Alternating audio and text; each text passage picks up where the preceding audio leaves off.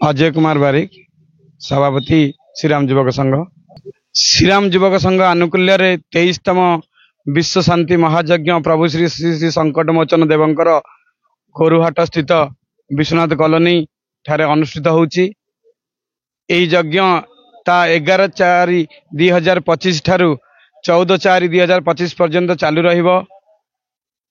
4 दिन व्यापी यज्ञ रे आज द्वितीय दिवस जलयात्रा, काली अधिवास होता।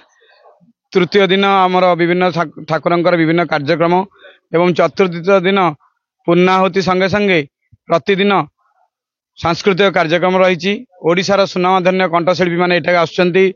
पंडित मृत्युंजय नंदंकर आनुकूल्य सहित सभ्य माने अछंती।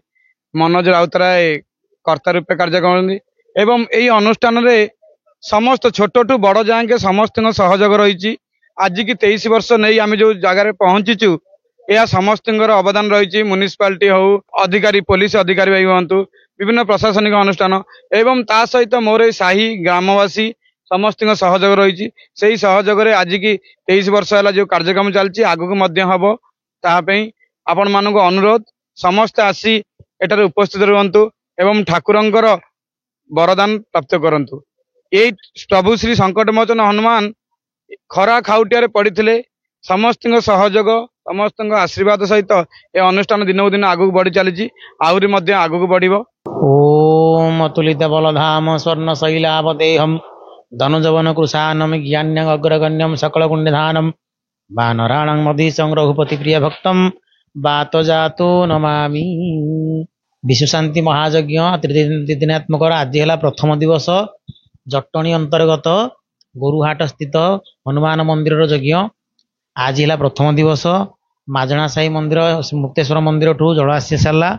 यापर देवता मानकर पूजा, यज्ञ स्थापन, विधिवत आहुति इत्यादि संध्यार आरती कार्यक्रम कीर्तन एसबूर रही। द्वितीय दिन सकाल प्रातःकालीन सूर्य पूजा, गो पूजा, गोमाता पूजा, यज्ञ मंडपर पूजा, हनुमानंकर विशेष उपचार पूजा, पुष्पार्चन एवं हवन इत्यादि विधान अच्छी। एवं तृतीय दिन प्रसाद सेवा पूर्णाहुतिर कार्यक्रम करा जायछि। मनोज कुमार राउतराय हनुमानंकर यात्रा रे मो 5 वर्ष है व्रती के रोचे बसुची। महाप्रभुंकर यथा आमर ये गुरुहाट हनुमानंकर एतिकी भावना जे आम शक्ति दे आमको कार्य निलिप्त रही बांधी रखिंट। श्रीराम युवक संघर समस्त कर्मकर्ता बहुत अप्राण चेष्टा करी ये कार्यक्रम को यही संस्था को 23 वर्ष है आगे आनी। भविष्य आहरी आनंदमय उल्लासमय और भल भाव ये संस्था बा यज्ञ महा निराडंबर पालन करी आमर महाप्रभु श्री संकटमोचन हनुमान पाखे निवेदन और प्रार्थना। जय श्रीराम, जय श्री संकटमोचन हनुमान। यही जगह हूँ विश्वनाथ कॉलोनी गोरुहाट स्थित श्री श्री संकटमोचन हनुमान का मंदिर। एटारे 23तम धरी महायज्ञ पालन करा जाउछि। विश्व शांति महायज्ञ हेउछि। एठी आमे 5 वर्ष कर्ता कर्ती रूप में बसिबार सुजोग पाइछु। आज आम कुदियारी माजणा ठू एठिकी विश्वनाथ कॉलोनी गोरुहाट हनुमान मंदिर टी जल यात्रा करके आसिलु। गत काली राति रे अंकुरारोपण थिला। आसंता काली एवं परदिन आ 2 दिन हमर एई आध्यात्मिक प्रोग्राम रहिछि। एठी हमर समस्त प्रकार एठी सूर्य पूजा, गो माता पूजा, हमर गीता मातांकर सब गीता आहुति आ सर्व देवदेवींकर विभिन्न प्रकार पूजा पाठ हब।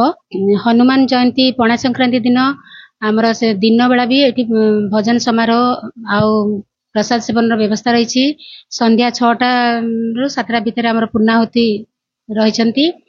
आई संकटमोचन हनुमान आशीर्वाद रु एते सुंदर भाव यज्ञ हेउछि।